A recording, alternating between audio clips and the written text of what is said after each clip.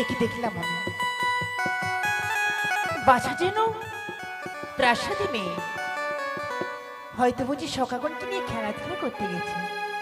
কখন এসে বলবে, মা ও মা, আমায় কিছু খাওয়ার দাও। তাই তো সেই প্রাণের টুকরো লখায় আমার মনপ্রাণে সবসময় যেন মা মা বলে ডেকে থাকে। তার মুখে মানার ডাক শুনলে আমার মনপ্রাণ ভালোই লাগে না। দাসী, আচ্ছা মা। হ্যাঁ মা, প্রণাম রানীমা। আমার লখাকে দেখেছো মা? হয়তো খেলাধুলা করছে। ঠিকই বলেছ মা, হয়তো বুঝি সখাগণকে নিয়ে খেলাধুলা করছে। হ্যাঁ মা। লখায় আসলে বলবে মা। হ্যাঁ বেশ মা। আমি সুন্দর করে তার দাসী, খাওয়া দেখেছি। এসো দাসী, এই যে এটি হচ্ছে চম্পানির প্রাসাদ। তুমি একটিবার ডাক দিয়ে দেখো।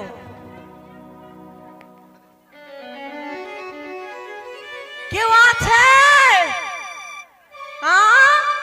ও মা, বাইরে কেউ ডাকছে। মাথায় ঘোমটা দিয়ে থাকে। গিয়ে দেখো মা কে আছে। হয়তো সাত সকালে ভিক্ষা নিতে এসেছে। এখন ভিক্ষা দিতে পারবো না।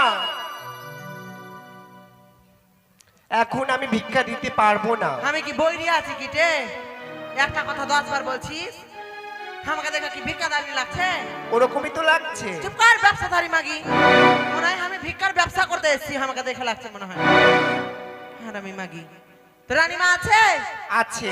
তো রানীমাকে যে বলবি কি বাইরে সুন্দর বৌমা এসেছে, বরণ ডালাটা সঙ্গে করে নিয়ে আসতে বলিস। বেশ। যা। ও রানীমা, বাইরে দুটো মহিলা এসেছে, তাই বললো কি বরণ ডালা নিয়ে সাজিয়ে যেতে বললো। এ কি বলছো মা? হ্যাঁ। বরণ ডালা? আমি গিয়ে দেখি জানে না, তারপরে। এদিকার মাগিরা, কিচ্ছু জানে না।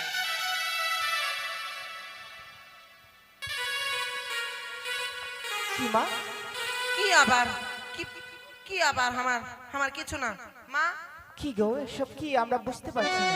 হ্যাঁ মা। কি প্রবলেম? আপনি রানীমা না? তুমি কথা থেকে এসেছো? আমি আমি বাজার থেকে উঠে এসেছি। এটা তো আমাদের রাজবাড়ি, এখানে ব্যবসা ব্যবসা হয় না মা। ব্যবসা করতে আসিনি, ব্যবসার জিনিস নিয়ে এসেছি। প্রণাম করেন। কে গো?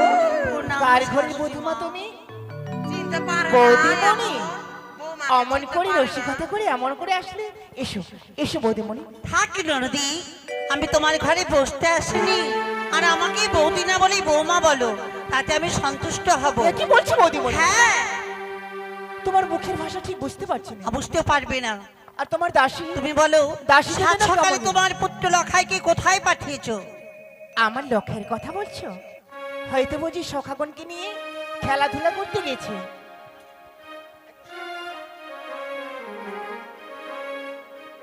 খেলাধুলো করতে গেছি? হ্যাঁ। না মামিমার সঙ্গে প্রেম নিবেদন করতে গেছি? সংযতভাবে কথা বলো বৌদিমণি। সংযত? এটা রাজপ্রাসাদ, কোথায় বুঝি? এটা কোনো ঝগড়াশালা নয়। আহা! পুত্র জন্ম দিয়েছো, পুত্রের গর্ভ শেখাতে পারো নি তুমি। তোমরা কি সব কথা নিয়ে এসেছো আমার রাজপ্রাসাদে? কি কথা নিয়ে এসেছি তাই কর্ণপাতকে শ্রবণ করো। ও বলির নদী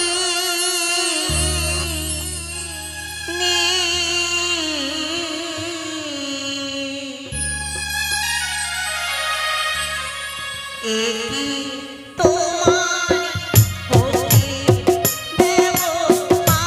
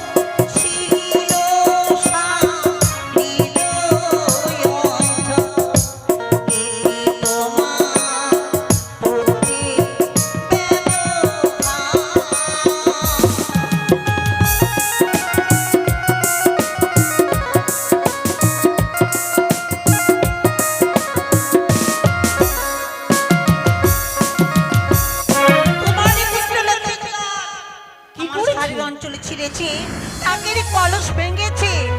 এ কি বলছো বৌদিমণি? হ্যাঁ, আমার তো বিশ্বাস হয় না। তাই বলছি, আরে তোমার পুত্র লক্ষ্মীন্দর নাচিল আপন ঘর, অধরে করেছে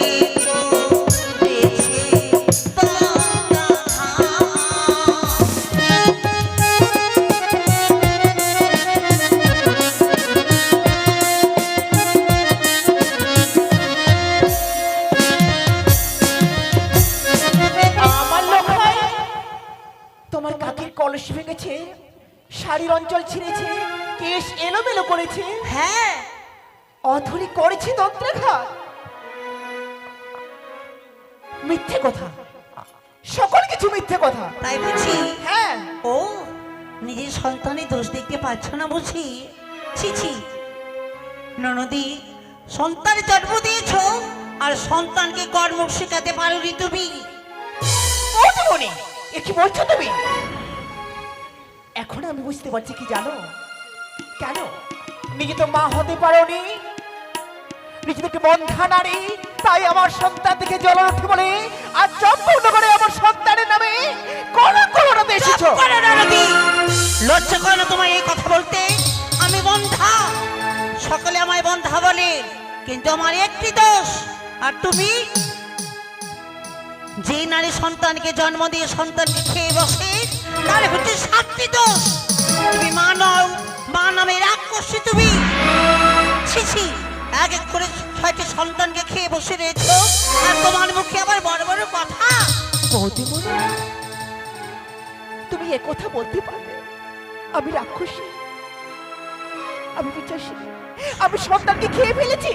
শুনো ননদি, তোমার পুত্র যে ব্যবহার করেছে আমার সঙ্গে, এই কথা বলেবার কথা নয়, কিন্তু আমি তার মামিমা, মামিমা হয়ে বাড়ি বয়ে এই কলঙ্কের কথা বলতে এসেছি। একটি নারী কখনো চাইবে না নিজের মান সম্মানে কারো কাছে গিয়ে বলতে। বুঝতে পেরেছি বৌদিমণি, হয়তো আমার আজ সন্তান অজান্তে না হয় এহেন কর্ম করেছে। বৌদিমণি গো, তোমার যা যা ক্ষতি হয়েছে আমি এক এক করে সকল কিছু ফিরিয়ে দেবো। আমার মান সম্মান পারবে তুমি আমার মান সম্মান ফিরিয়ে দিতে?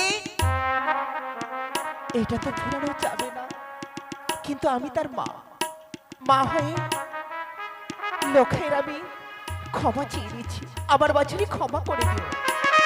ক্ষমা তো আমি করে দেব ননদি, তোমার সন্তান না হয় আমারও সন্তান, কিন্তু ক্ষমা নয়, আমি লখাইকে অভিশাপ করে গেলাম। 1 সপ্তাহের মধ্যে যদি বিয়ে দিলে তবে তো ভালোই, মানে সন্তানে তুমি মরা মুখ দেখবে। না না বৌদিমণি, এ কি বলে গেল বৌদিমণি? আমি সন্তানের মরা মুখ দর্শন করব। আমি কথা দিলাম আমি সন্তানের বিবাহ দেব। দাসী, এ কি হয়ে গেল মা? আমি কি চেয়েছিলাম, আজ এমন কি ঘটতে শুরু হয়ে গেছে বলো না? সনেকা, দাসী তুমি এসো মা। বেশ মা।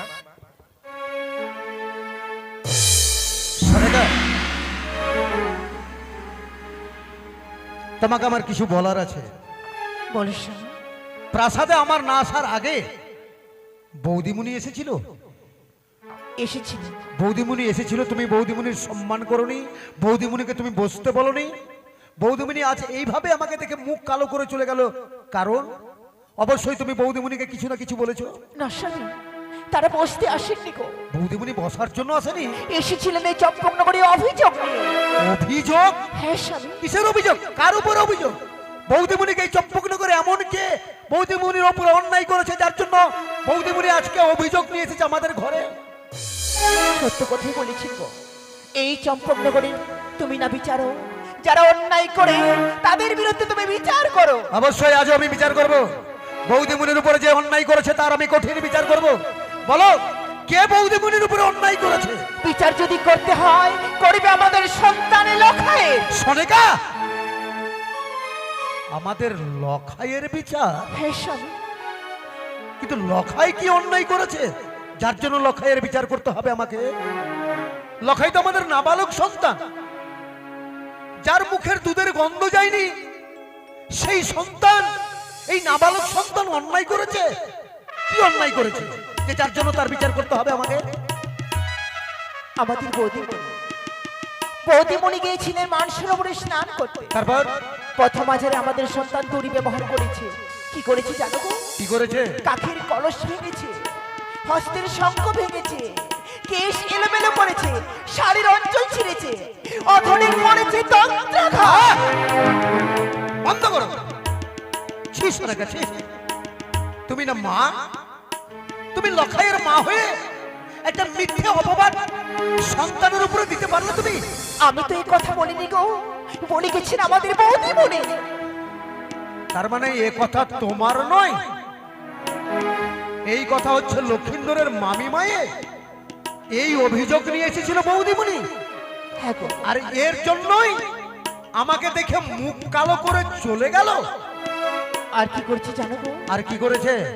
যাওয়ার পূর্বে বলে গেছি 1 সপ্তাহের মধ্যে সন্তানের বিবাহ না দিলে হয়তো আমরা মরামুখ দর্শন করব। বৌদিমণি লক্ষিন্দরকে অভিশাপ করে গেছে। হ্যাঁ স্বামী, সপ্তাহ দিনের মধ্যে যদি পুত্রের বিবাহ দিই তাহলে পুত্র আমার বেঁচে থাকবে, আর যদি বিবাহ না দিই তাহলে লখাইয়ের আমাদের মরা মুখ দেখতে হবে। তুমি কি বলেছো বৌদিমণিকে? আমি শেষে কথা দিয়ে ফেলেছি। ভুল করেছো, ভুল করেছো সরেকা। কেন তুমি বৌদিমণিকে কথা দিয়েছো যে লক্ষিন্দরের আমরা বিবাহ দেব? তুমি কি ভুলে গেছো? মনে নেই তোমার সেই দিনের কথা? ধাত্রী মায়ের কথা কি তুমি বিস্মরণ হয়ে গেছো? ধাত্রী মা আমাকে অনুরোধ করে বলেছে, সদাগর বাবু আপনি আপনার কনিষ্ঠ পুত্র লক্ষিন্দরের আপনি কোনোদিনের জন্য বিবাহ দেবেন না। আমি জিজ্ঞাসা করেছিলাম, দাইমা তুমি এই কথা কেন বলছো? সন্তানের বিবাহ দেব না, কেন বিবাহ দেব না? ধাত্রীমা বলতে চাইছিল না। যখন তার উপর আমি জোর করলাম, না বলে পারলো না। তখন আমাকে বললো, তাহলে শুনুন সদাগর বাবু, কেন আমি আপনাকে বলছি বিবাহ দিতে হবে না? কেন বলো? বিবাহের দিন আপনার ছেলেকে বাসর ঘরে ওই মনসার নাগে করবে দংশন, তাই আপনার পুত্র মারা যাবে। এই কথা বলার সঙ্গে সঙ্গে ধাত্রীমা শিলায় পরিণত হয়ে গেল। আমি ধাত্রীমায়ের মৃত্যুদেহ স্পর্শ করে প্রতিজ্ঞা করেছি, যতদিন আমি বেঁচে থাকবো কোনোদিনের জন্য আমি লক্ষিন্দরের বিবাহ দেব না। ঠিক আছে, যখন তুমি বলে ফেলেছো এর বিহিত ব্যবস্থা আমি নেব, তুমি যাও।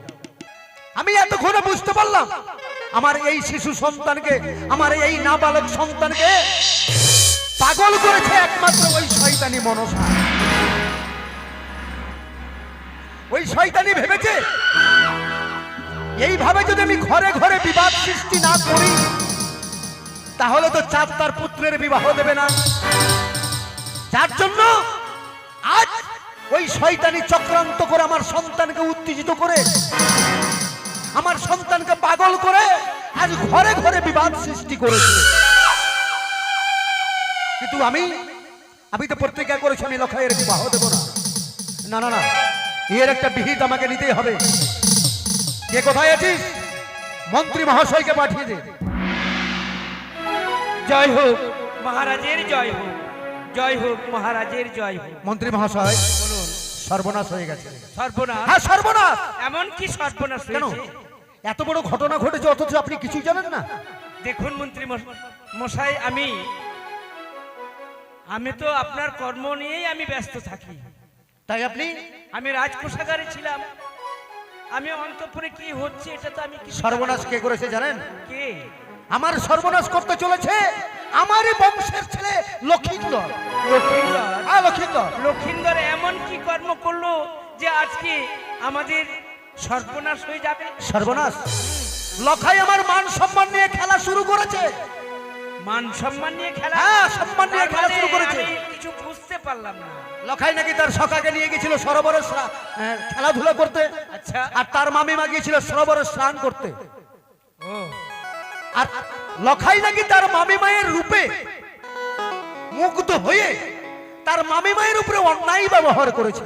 মহারাজ, লখাই আমাদের শিশু ছেলে।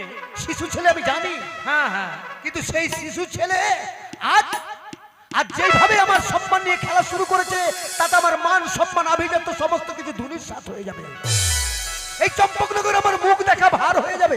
কি করেছে সে তাই শুনবো। ভেঙেছে কাকের কলস, ছিঁড়েছে তাঁতের শাড়ি, ও আরো ছিঁড়েছে গলার গজমতি হার। শুধু তাই নয় মন্ত্রী মশাই, শুধু তাই না, তার চাইতেও বড় অপরাধ করেছে লখাই। তার মামির বদলে করেছে দন্তাধার। কি বলছেন আপনি? তার মামিমার বদনে করেছে দন্তাঘাত। আগে হ্যাঁ, ছি, ছি, ছি, ছি, ছি, ছি, ছি, মহারাজ, ছি ছি ছি ছি ছি, ছি। এই হেন কুৎসিত বাণী আপনি আপনার সন্তানের। এ কথাই আমার নয় মন্ত্রী মশাই, এসেছিল তার মামি এসেছিল বিচার নিয়ে। হ্যাঁ, বিচার নিয়ে ছিলাম না প্রাসাদে আমি, তাই লক্ষিন্দরের মাকে বলে গেছে সপ্তাহ দিনের মধ্যে যদি লখাইয়ের বিবাহ দিন তাহলে তো ভালো, আর যদি সপ্তাহ দিনের মধ্যে লখাইয়ের বিবাহ না দেন তাহলে লখাইয়ের আপনারা মরা মুখ দেখবেন। মহারাজ, আজকে তার মামিমা যে কথাগুলি বলে গেছে সে অন্যায় কিছু বলেনি, অন্যায় বলেনি সত্য, কিন্তু কিন্তু আমি বলছিলাম এই লক্ষিন্দর যে কর্মগুলি করছে পরপর অনেকগুলি ঘটনা ঘটিয়েছে সে। তাই এতগুলো ঘটনা যদি পরস্পর ভাবে ঘটাতেই থাকে তাহলে তো আমাদের যে উঁচু মুখ, আপনি এই চম্পকনগরের প্রজার কাছে মুখ দেখাতে পারবেন না। তাই আমি কি করব আমি কিছু ভেবে স্থির করতে পারছি না। কেন? সহজ বুদ্ধি, লখাইকে বিয়ে দিতে হবে। লখাইয়ের বিবাহ দিতে হবে? হ্যাঁ, আপনি বলছেন এই কথা লখাইয়ের বিবাহ কেন দিতে হবে? বলবো না? কেন আপনি কি ভুলে গেছেন দাই মায়ের কথা? সব মনে আছে আমার। কিন্তু মনে থাকা সত্ত্বেও আপনি বলছেন লখাইয়ের বিবাহ দিতে হবে। লখাইয়ের বিবাহ দিলে তো বাসর ঘরে সর্পদংশনে লখাই মারা যাবে। কথাটা ঠিক, লখাইয়ের বিয়ে দিলে বাসর ঘরে লখাই মারা যাবে, আর যদি না বিয়ে দেন তাহলে তার মামিমার অভিশাপে মারা যাবে। কিন্তু আমি করবোটা কি আমি কিছু ভেবে স্থির করতে পারছি না। সে কোন তো পথ?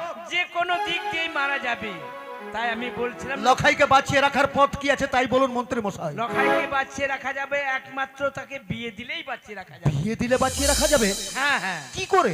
কি করে তাই শুনেন।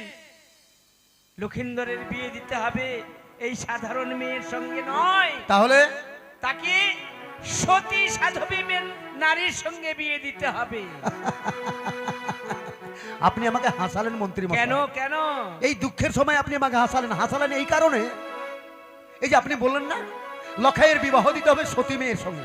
হ্যাঁ, বলুন তো মন্ত্রী মশাই, আমার চম্পকনগরে মেয়ের অভাব আছে? হাজার হাজার মেয়ে আছে। আছে আছে। এই হাজার হাজার মেয়ের মধ্যে আপনি যে বললেন সতী, কোনটা সতী আপনি কি চিনতে পারবেন? অবশ্যই অবশ্যই চিনতে যদি না পারবো তাহলে এই কথাটি আমি কি করে চিনবেন যে এই মেয়েটাই সতী?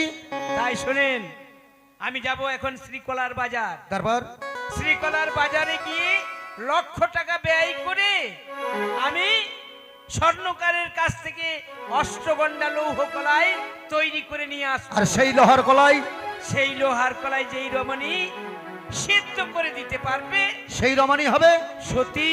আর তার সঙ্গে আমার পুত্রের বিবাহ দিলে হবে না কোনো ক্ষতি। যদিও কোনো কারণ বশতে ক্ষতি হয়, ক্ষতি হয় তাহলে ফিরিয়ে নিয়ে আসবে তার প্রতি। এ কথা সত্যি বলছেন? সত্যি বলছি মহারাজ, সত্যি। যদি তাই হয় তাহলে আর বিলম্ব নয় মন্ত্রী মহাশয়, অতি সত্বর আপনি ছুটে যান শিকলার বাজার। শিকলার বাজার থেকে গিয়ে স্বর্ণকারের কাছ থেকে অষ্টগন্ডা লৌহ কলাই তৈরি করে নিয়ে আসুন। সেই লোহার কলাই সঙ্গে নিয়ে যাবো আমি পাত্রী দর্শনে। যেই মেয়ে লোহার কলাই সেদ্ধ করে দেবে সেই মেয়ে হবে চাঁদের পুত্রবধূ।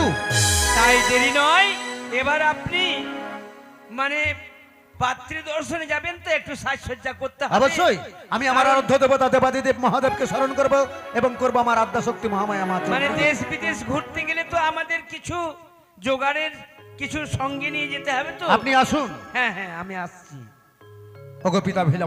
ওগো পিতা ভোলা মহেশ্বর, আজ আমি কঠিন বিপদে পড়ে গেছি। আমার নাবালক সন্তানকে উত্তেজিত করেছে একমাত্র আমার পদতলের পরম শত্রু ওই শয়তানি মনসা। তাই আমি আর কোনো পথ পাচ্ছি না, যার জন্য লখাইয়ের বিবাহ আমাকে দিতেই হবে। তাই লখাইয়ের বিবাহের পাত্রী আমি সন্ধানে যাচ্ছি। আপনি আমার উপরে সহায় থাকবেন। আমি যেন লখাইয়ের উপযুক্ত পাত্রী এবং সতী মেয়ের সন্ধান পায়। এই আশীর্বাদ করেন আপনি আমাকে। আপনার আশীর্বাদে আমি যাব ছুটে দেশ দেশান্তরে। মন্ত্রী মশাই, হ্যাঁ মহারাজ, চলে আমি এসেছেন? আমি নিয়ে চলে এসেছি। তাহলে আর দেরি নয়, এই মুহূর্তে আমরা বেরিয়ে যাব। ভারতবর্ষের সমস্ত জায়গায় খুঁজবো, যেই মেয়ে লোহার কলাই সিদ্ধ করে দেবে তার সঙ্গেই আমি লক্ষিন্দরের বিবাহ ঠিক করে আসবো। চলুন, আর বিলম্ব নয়, এই মুহূর্তে ছুটে চলুন। বেশ বেশ, তাই চলুন, দেরি না করে এখনই আমরা পাত্রী অন্বেষণে বেরিয়ে যাব। জয় শিব শম্ভু। মন্ত্রী মহাশয়, বহু জায়গা গেলাম, বহু জায়গায় মেয়ে খুঁজলাম। যেমন প্রথমে গেলাম আমি উত্তর শহরে মধুবানিয়ার ঘরে, মেয়ে দেখলাম আমি পরমা সুন্দরী, রূপে গুণে সমস্ত বিদ্যায় পারদর্শী। জিজ্ঞাসা করলাম, মা তোমার নাম কি গো? মেয়েটা উত্তর দিল, বাবা আমার নাম হচ্ছে সনেকা। শুনে তো আমি অবাক হয়ে গেলাম, কারণ লক্ষিন্দরের মায়ের নাম হচ্ছে সনেকা, আর সেই নামে আমি পুত্রবধূ নিয়ে আসবো ঘরে। এ কি করে সম্ভব? এ অসম্ভব। যার জন্য সেখান থেকে আমি চলে গেলাম। যেতে যেতে শুনলাম দক্ষিণ শহরে নাকি কালুবানিয়ার ঘরে রয়েছে পরমা সুন্দরী। কালুবানিয়ার ঘরে গেলাম দক্ষিণ শহরে, মেয়ে দেখলাম। সত্যি লোকমুখে যেটা শুনেছিলাম সেটা ঠিক। অপরূপ অপরূপ মেয়ের চেহারা, তুলনাই করা যায় না। জিজ্ঞাসা করলাম, মা তোমার নাম কি গো? মেয়েটা উত্তর দিল, বাবা আমার নাম হচ্ছে মনসা। মনসা, যেই মনসার জন্য আজ আমি ছয়টি পুত্রকে গঙ্গার জলে বিসর্জন করেছি, যেই মনসার জন্য আমি ৭৭,০০০ মাঝি ১৪টা ঢোল যন্ত্র সবকিছু বিসর্জন করেছি কালিদহে, যেই মনসার জন্য আজ আমাকে আমার মিত্র বড় ধনন্ত্রীকে হারাতে হয়েছে, সেই মনসা নামে আমি পুত্রবধূ নিয়ে আসবো ঘরে, কখনো নয়। যার জন্য আমি সেখান থেকেও ফিরে চলে আসলাম। এবার কোথায় যাব আমি কিছু ভেবে স্থির করতে পারছি না। কোথায় গেলে আমি সতী মেয়ের সন্ধান পাবো? তাই আর দেরি করবো না, এবার আমি সমস্ত দেশ দেশান্তরে সন্ধান করব। ভারতবর্ষের সমস্ত কোনায় কোনায় তন্ন তন্ন করে সন্ধান করব, দেখি আমি সতী মেয়ে পাই কি না।